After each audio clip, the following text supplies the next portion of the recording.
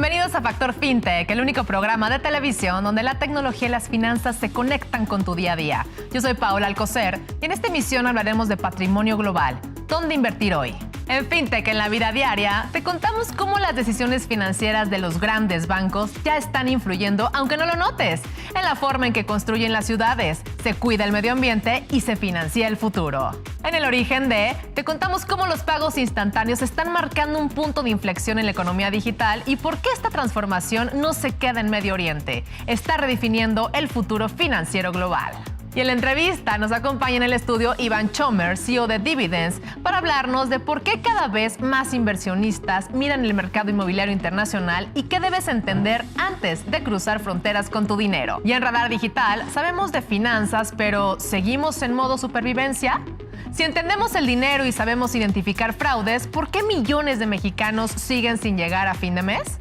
Prepárate para descubrir cómo la tecnología está transformando tu dinero porque el futuro financiero ya empezó y tú eres parte de él. Esto es Factor FinTech. Comenzamos. Cada día una innovación. Esto es Tendencia FinTech. Los fondos de capital de riesgo especializados en cripto enfrentan un momento crítico. La caída de precios de activos digitales y una oleada de consolidaciones ha puesto en duda el modelo de negocios del financiamiento cripto, exponiendo la fragilidad del sector tras años de auge especulativo. Las inversiones fintech no se detienen. En la primera semana de febrero se captaron más de $1,020 millones a través de 29 rondas de financiamiento, destacando el apetito de capital por soluciones financieras innovadoras. La firma bancaria cripto con licencia federal Anchorage Digital aseguró una inversión estratégica de $100 millones por parte de Tether, llevando su valuación a $4.2 mil millones.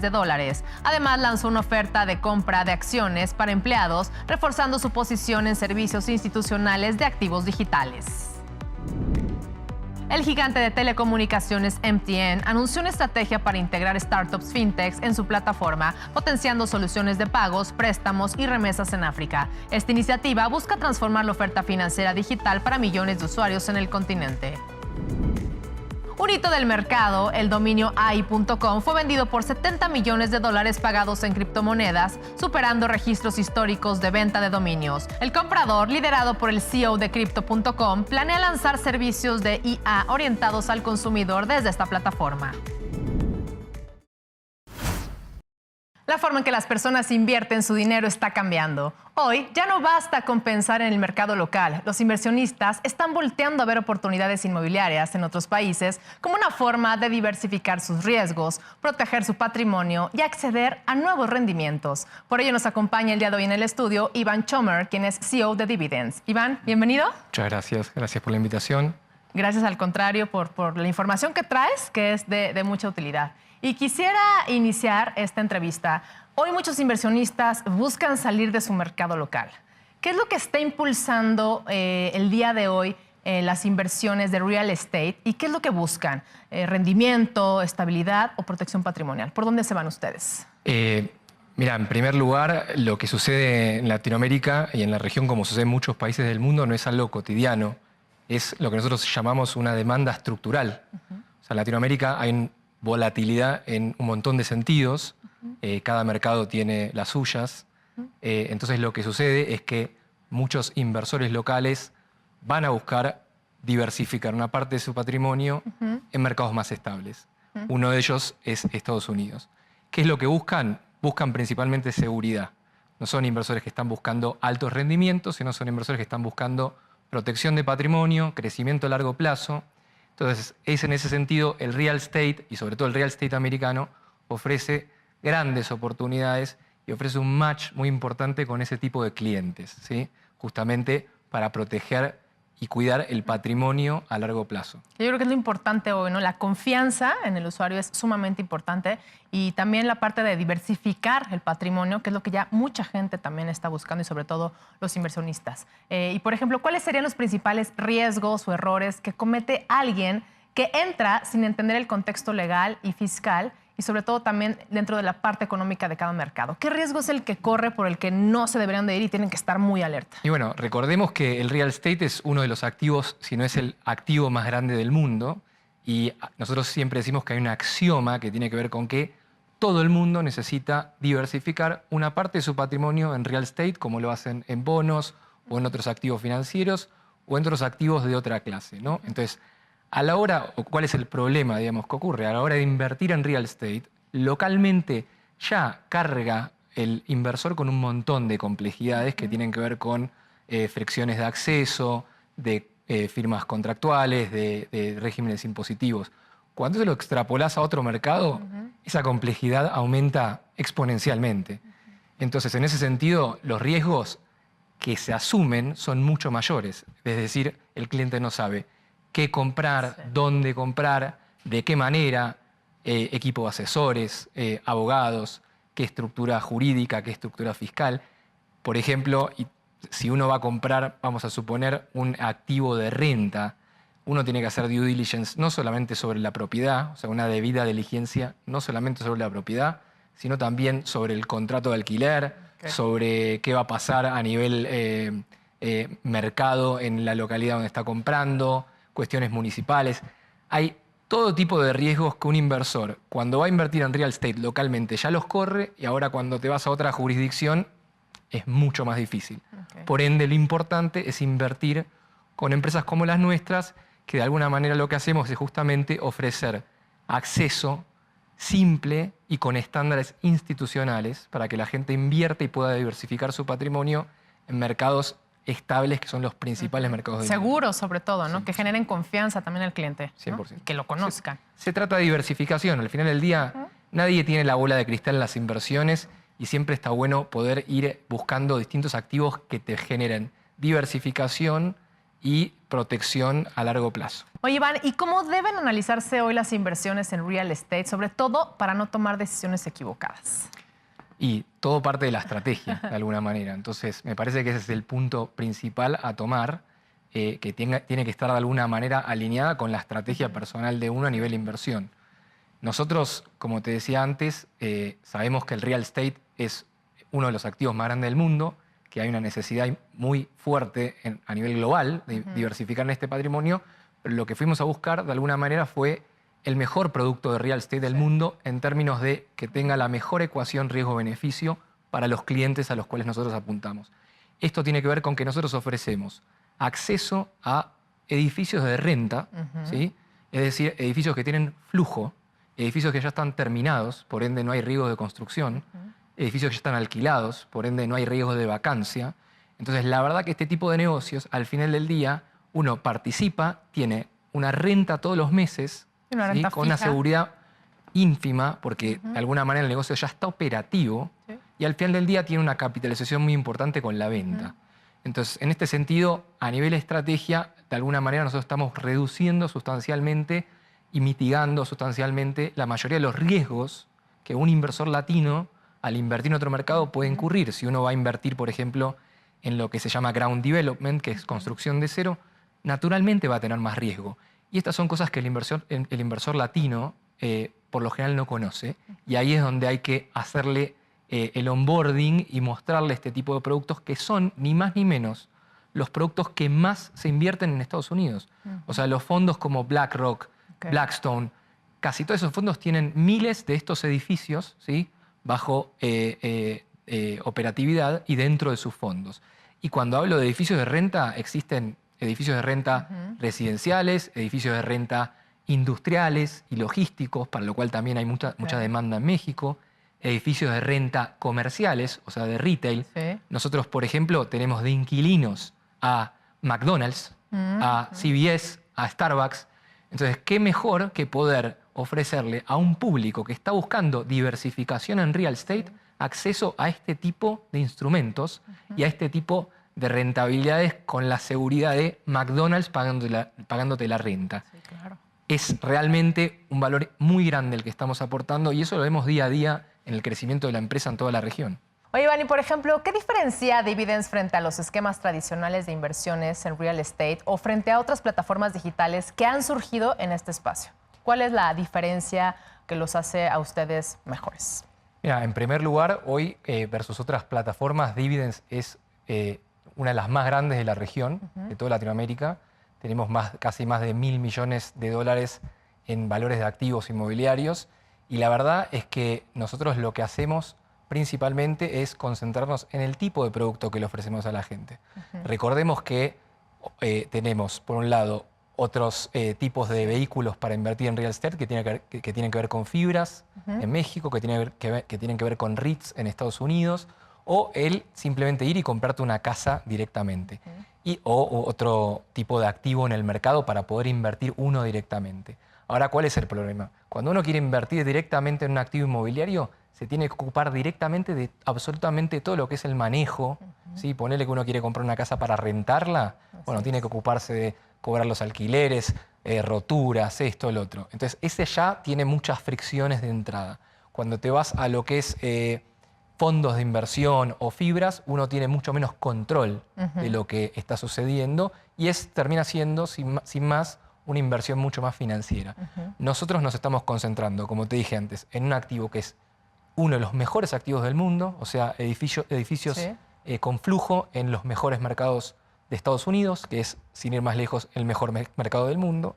Y por otro lado, lo que estamos dando es la posibilidad de acceder directamente al negocio, no a través de fondos y sin tener que ocuparte de nada. Entonces, en ese sentido, también estamos generando un montón de valor para el cliente.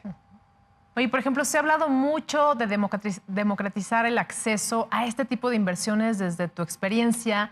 ¿Realmente es más accesible hoy invertir en bienes raíces globales o sigue siendo un mercado para pocos? Porque quizá mucha gente quisiera hacerlo, ¿no?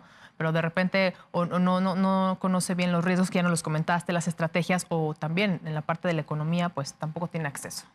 No, definitivamente se está de alguna manera democratizando, pero al mismo tiempo se está simplificando, ¿bien? Que es lo más importante, que es donde se le genera valor al cliente.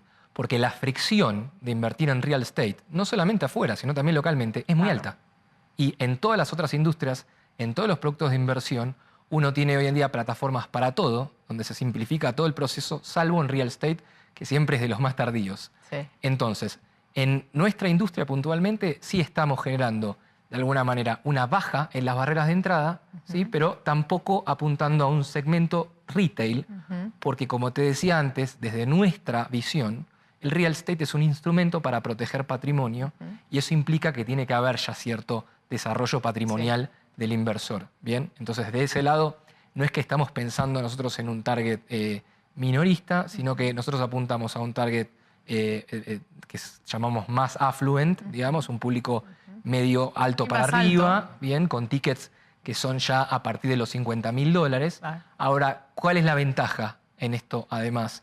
Que uno, antes, si quería invertir en real estate local o internacional, tenías que hablar de cifras súper importantes. La ventaja con este tipo de plataformas y este tipo de instrumentos es que uno puede diversificar mucho más. Es decir, si uno tiene para invertir, no sé, $100.000, $250.000, en vez de tener que alocarlos todos a un activo, lo podés diversificar en un montón de activos. Y eso no es menor. Eso es súper importante, porque de alguna manera te protege, te genera más diversificación, te genera más exposición a múltiples negocios y te permite empezar a jugar también con tu patrimonio, ya como si fuese, no sé, ir y comprar un bono. Entonces uno compra distintos tipos de bonos, no tira todo en uno solo. Y eso es importante porque de verdad el tema tanto de la educación financiera, pero también sobre la parte de diversificar, ¿no? Nuestro dinero, nuestro patrimonio, protegerlo, todavía es un tema que no está como pues muy detallado, que la gente no tiene tanta información. Así que mencionarlo, pues la verdad es excelente para que a la vez tengan más alternativas. Iván Chomer, gracias. Bueno, muchas gracias. Gracias a ti. Este es tu espacio y nos acompañó en el estudio Iván Chomer, quien es CEO de Dividend. Continuamos con más aquí en Factor FinTech. Vamos a un corte.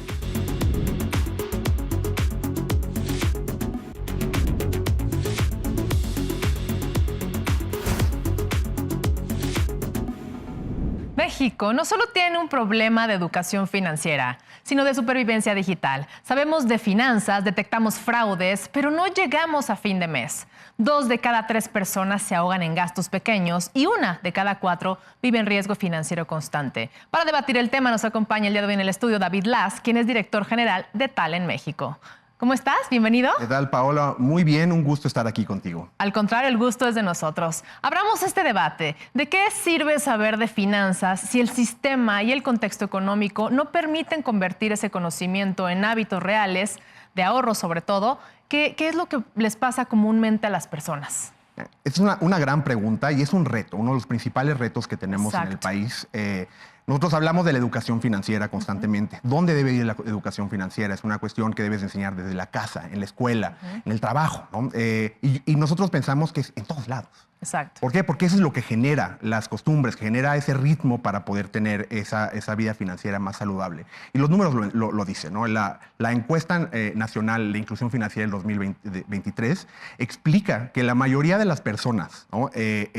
Tienen cierto conocimiento de qué significan las finanzas para ellos. Conceptos básicos, ¿no? Como qué es la diversificación, qué es el riesgo y qué implica para ellos. Nuestra encuesta de Brújula 2026 también muestra el mismo resultado. Más del 70% de los encuestados declararon entender ciertos conceptos de financieros que los ayudan a mantener un ritmo financiero sano.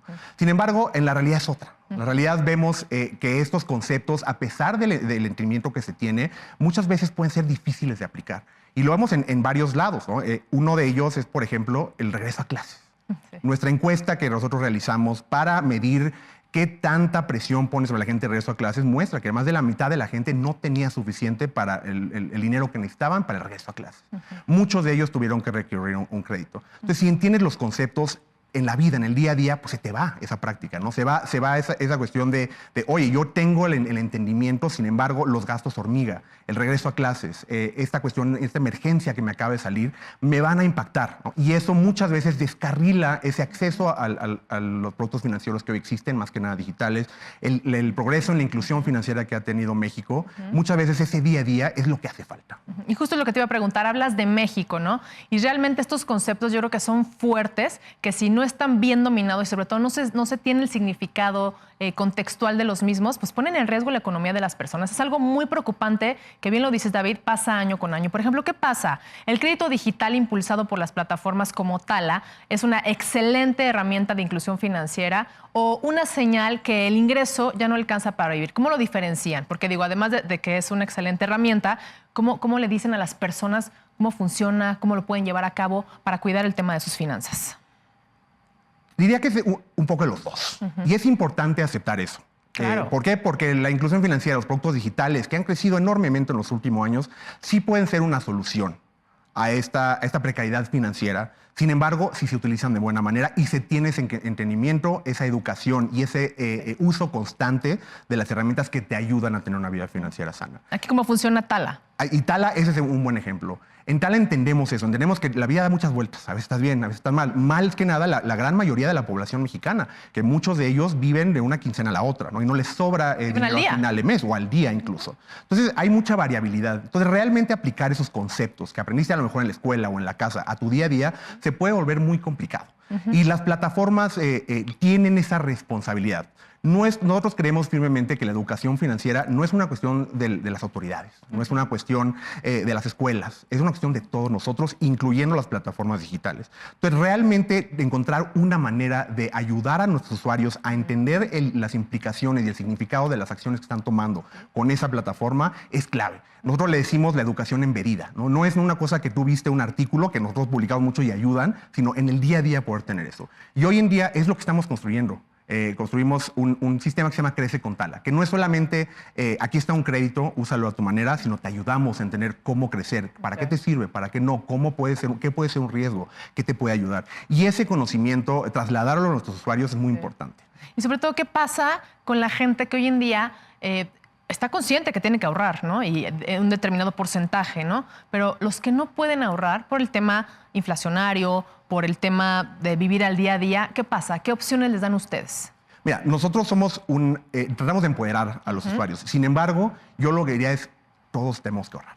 Sí. Tenemos que encontrar la manera. Y es un proceso. Así sea lo mínimo. ¿Estás de acuerdo? Aunque sea lo mínimo, pero es un proceso, ¿no? Y la Conducef en varios de sus publicaciones y su Semana Nacional de Educación Financiera lo demuestra muy bien. Lo primero es empezar con la resiliencia. Claro. Si tú tienes una emergencia mañana, tienes la capacidad de solventarla, tienes el ahorro o tienes el crédito, o acceso a un crédito que te ayude a hacerlo. Y si sí, tienes la capacidad, ¿no?, de regresar a la normalidad, de regresar a tu día a día sin que te impacte negativamente. Empezando con esa resiliencia, de ahí es donde parte la posibilidad de ahorrar. Entender cuál es mi contexto, usar estas herramientas financieras en el día a día de una manera correcta, entendiendo cuál es el impacto que van a tener para mí, ahí es donde empieza la cosa. Entonces el crédito es una herramienta que puede servir para mucho bien. Excelente. O para mal.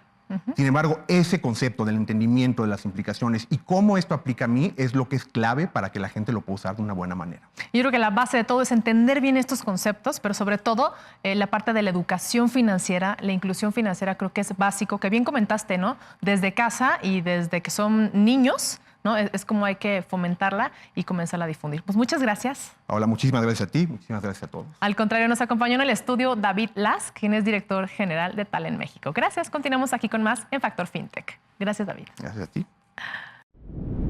Hoy en El Origen de... Hoy exploramos cómo una región de durante años fue vista como rezagada en digitalización financiera y está marcando el ritmo del futuro. La región del Medio Oriente y Norte de África, conocida como MENA, acaba de llegar a un punto de inflexión en su economía digital. ¿La razón? Los pagos instantáneos. Durante décadas, mover dinero implicaba intermediarios, tiempos de espera y fricción. Hoy, en esta región, transferir dinero en segundos ya no es una promesa tecnológica, es una realidad cotidiana. Pero este cambio no empezó con las fintech. Comenzó cuando gobiernos, bancos y sistemas de pago entendieron algo clave. La velocidad ya no es solo un valor agregado, es una expectativa básica. Los sistemas de pagos inmediatos están permitiendo que las personas, comercios y empresas operen en tiempo real. Eso impulsa el comercio digital, reduce el uso de efectivo y acelera la inclusión financiera. Aquí está el verdadero origen del cambio. Cuando el dinero se mueve más rápido, la economía también lo hace. Pagos instantáneos significan liquidez inmediata para los negocios, mayor control financiero para las personas y nuevos modelos de servicio para bancos y fintech. Por eso hablamos de un punto de inflexión, porque no se trata solo de tecnología, sino de cómo cambia el comportamiento económico de millones de personas. En el fondo, esta historia no es sobre MENA, es sobre el futuro del sistema financiero global. Porque cuando pagar se vuelve instantáneo, esperar deja de ser una opción. Continuamos con más aquí en Factor Fintech.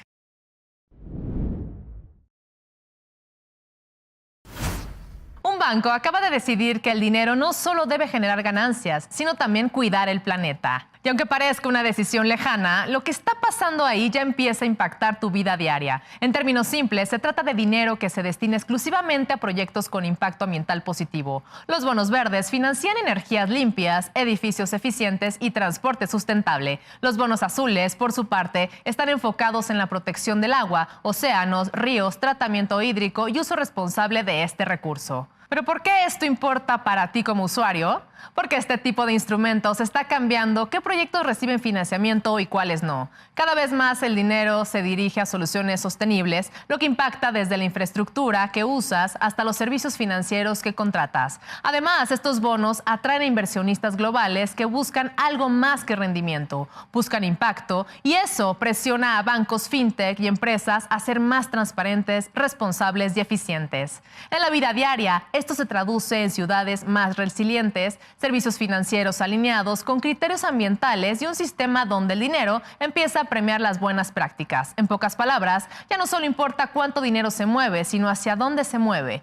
Porque hoy tus finanzas también están conectadas con el futuro del planeta. Continuamos con más aquí en Factor Fintech. Y así llegamos al final de Factor Fintech, pero la conversación no termina aquí. Síguenos en todas nuestras redes sociales como @FactorFintech y sé parte de la comunidad que está transformando las finanzas con tecnología. Y recuerda visitar nuestro portal en www.factorfintech.com, donde encontrarás entrevistas, cápsulas y mucho más contenido exclusivo sobre innovación financiera. Yo soy Paola Alcocer y esto fue Factor Fintech. Hasta la próxima.